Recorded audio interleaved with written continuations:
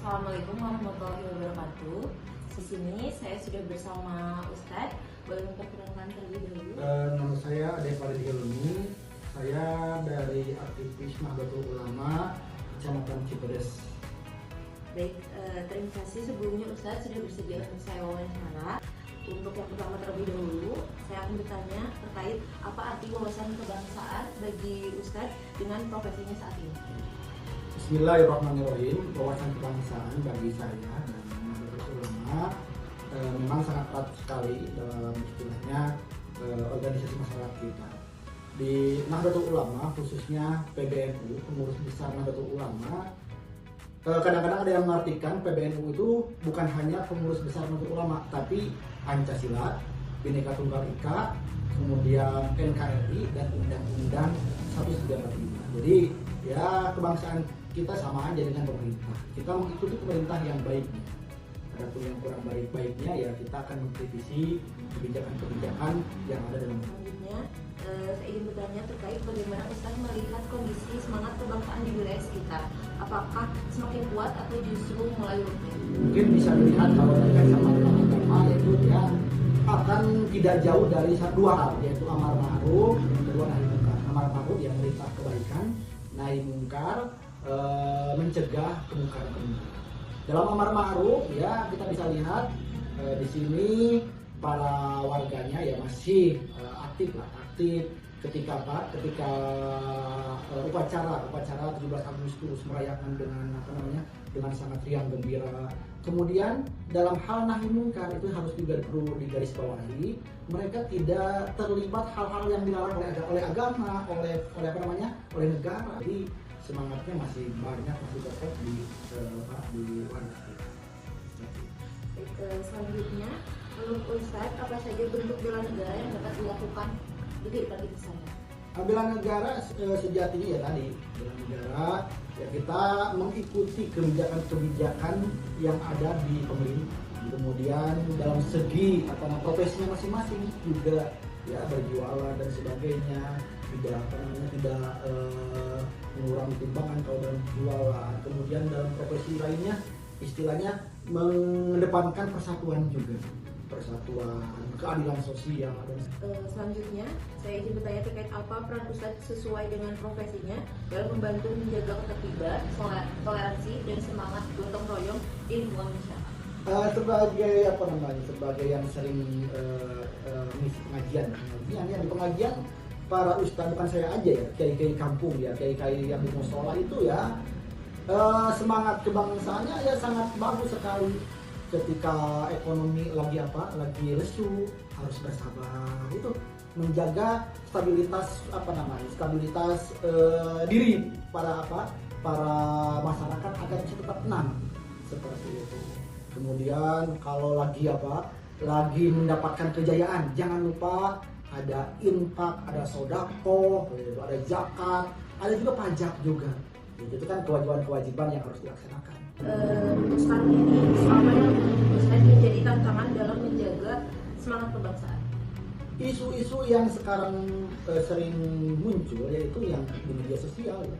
Di media sosial isu sara, bahkan baru-baru hari ini ada sebuah video yang kurang bagus tentang istilahnya framing buruk tentang pondok pesantren.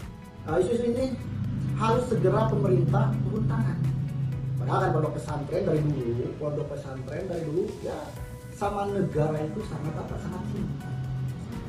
Itu nanti ketika sebelum Hari Pahlawan 10 November ada istilahnya resolusi jihad yang sekarang dikenal dengan Hari Santri tanggal 20 Oktober. Itu bagaimana kiai-kiai pesantren melibatkan diri untuk perjuangan negara Indonesia. Menurut Ustadz, menyikapi pengaruh media sosial terhadap cara berpikir dan rasa kebangsaan generasi muda itu bagaimana? Ini ya, yang saya lihat itu banyak di media sosial orang yang berbicara bukan ahlinya. Padahal itu bahaya apabila seorang berbicara bukan dengan ahlinya ya tanpa berusaha kalau istilahnya. Tunggulah kancuran. Misalnya ya ibu kan dokter ya. Ada orang yang bukan dokter berbicara tentang kesehatan, kan berbahaya.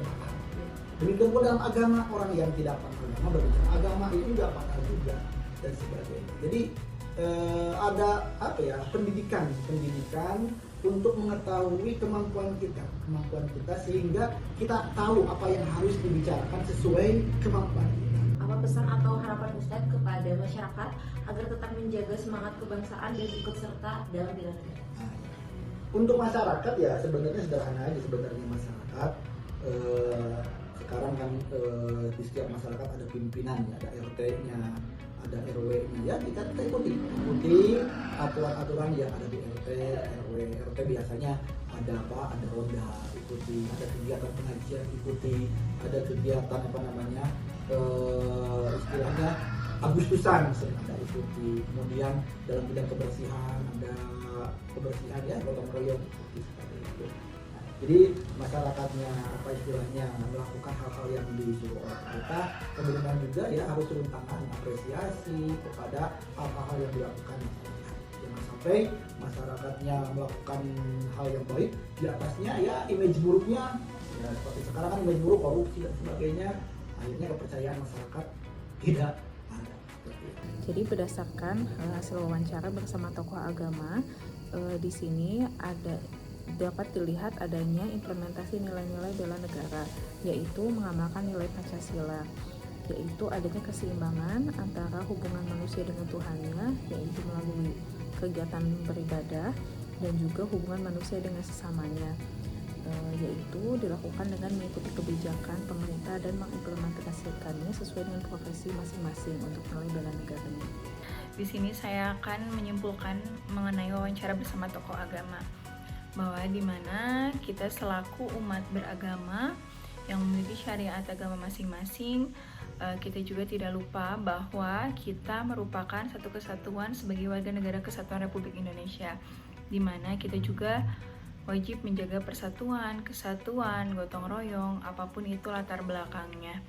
Kemudian kita juga menjalankan profesi masing-masing secara kompeten, secara jujur dan adil. Selamat siang Bu. Siang. Ya. Dengan Ibu Hikmah Munafidah, SAP MM sebagai Sekmat Kecamatan Lemahungkuk ya Bu. Iya betul. Nah ini kan kebetulan kita dapat tugas untuk melakukan wawancara dengan berbagai kalangan, salah satunya dari pemerintahan Bu. Untuk itu kami mohon bantuannya ya Bu. Baik, untuk pertanyaan pertama Bu, menurut Ibu seberapa penting wawasan kebangsaan itu harus dimiliki sama ASN sebagai bawahan Ibu di lingkungan kecamatan Bu? Ya memang sangat penting Mas ya, karena jika kita mengharapkan nilai-nilai dari wawasan kebangsaan, ya kita harus memiliki sifat itu sebagai ASN, karena itulah yang akan membentuk mental untuk melayani masyarakat. Karena di Kecamatan Lemahungkuk sifatnya pelayanan kepada masyarakat Mas, mungkin itu. Ini Bu, untuk di wilayah kecamatan sendiri pernah ada isu kontemporer nggak ya Bu? Terus bagaimana cara Kecamatan Lemahungkuk ini untuk menangani isu kontemporer yang mempengaruhi banyak masyarakat ini Bu? Ya pernah ada pembangunan gereja yang ditolak oleh masyarakat, tapi kita dari pihak kecamatan akhirnya memberikan mediasi kepada bersama Koramil dan Kapolsek. Akhirnya kita sama-sama untuk membangun gereja tersebut, karena gereja itu buat tempat ibadah. Itu mungkin Mas. Ya berarti penting banget ya Bu ya untuk penerapan nilai bela negara ini. Iya. Dan berhubungan juga ya dengan Iya tadi. benar Mas, itu penting, sangat penting, dan berhubungan juga dengan bela negara. Terima kasih Bu. Iya. Secara garis besar, saya setuju dengan apa yang disampaikan beliau, di mana memang wawasan kebangsaan itu menjadi suatu fondasi utama seorang ASN dalam menjalankan fungsi-fungsinya atau tugas-tugasnya. Di antaranya itu sebagai pelayan publik, kemudian pelaksana kebijakan publik, maupun sebagai pemersatu dan perekat bangsa.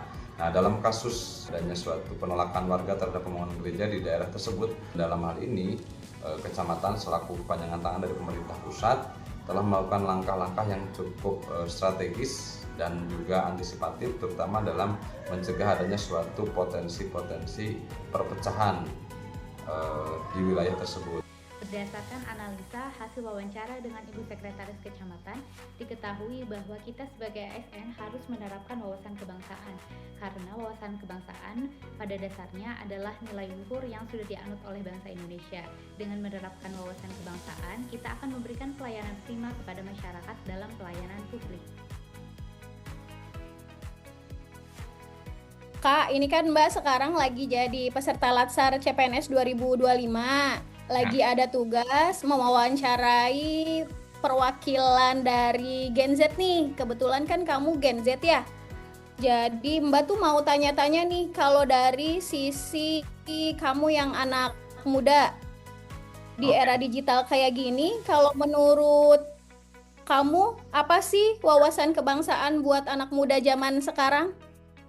Ya, kalau menurut aku ya, wawasan kebangsaan itu bukan cuma hafal Pancasila sama undang-undang aja Mbak, itu, tapi lebih gimana kita paham dan bangga menjadi orang Indonesia.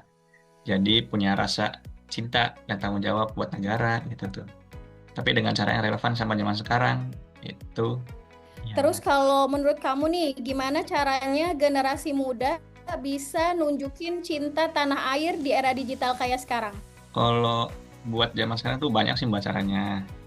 Misal pakai media sosial ya, bermedsos gitu, buat hal-hal yang positif aja, terus bikin konten yang bermanfaat juga gitu kan. Misalnya kayak saya misalnya suka olahraga sepeda atau berenang atau badminton, ya itulah, bikin konten aja kan positif tuh, terus bisa dapat teman banyak juga gitu.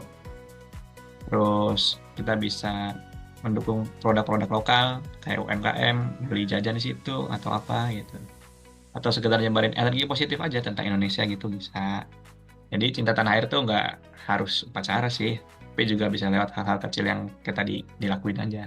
Kalau sekarang kan kita tahu ya, lagi rame nih isu-isu yang ada di media sosial, kayak hoax, terus intoleransi. Itu kalau kata kamu gimana pendapatnya? Jadi menurut aku sih ya, sebagai generasi muda ya, penting lah buat belajar gitu, atau thinking before sharing gitu. Jadi jangan gampang kepancing sama postingan orang atau apa lagi gitu. Karena berita yang nggak jelas gitu kan lebih bahaya lagi gitu. Kalau generasi muda bisa lebih kritis mah pasti suasananya juga pasti aman sih, damai juga gitu. Kalau sekarang lihat semangat bela negara di kalangan mahasiswa gimana sih? Sih banyak sih, cuman ya mungkin agak berubah sedikit ya. Karena sekarang tuh banyak mahasiswa yang bela negaranya lewat karya juga, lewat inovasi atau aksi sosial gitu. Jadi nggak harus pakai seragam terus baris-baris gitu kan, nggak usah. Pokoknya buat ya kasih ini aja lah kontribusi nyata buat masyarakat gitu. Berdasarkan wawancara bersama narasumber, dapat dilakukan analisis mengenai pemaknaan wawasan kebangsaan dan juga upaya bela negara. Masih banyak generasi muda yang peduli dan juga sadar akan bangsa dan negaranya. Pemaknaan wawasan kebangsaan dalam upaya bela negara tidak melulu hanya hafal tentang poin-poin Pancasila beserta sejarahnya.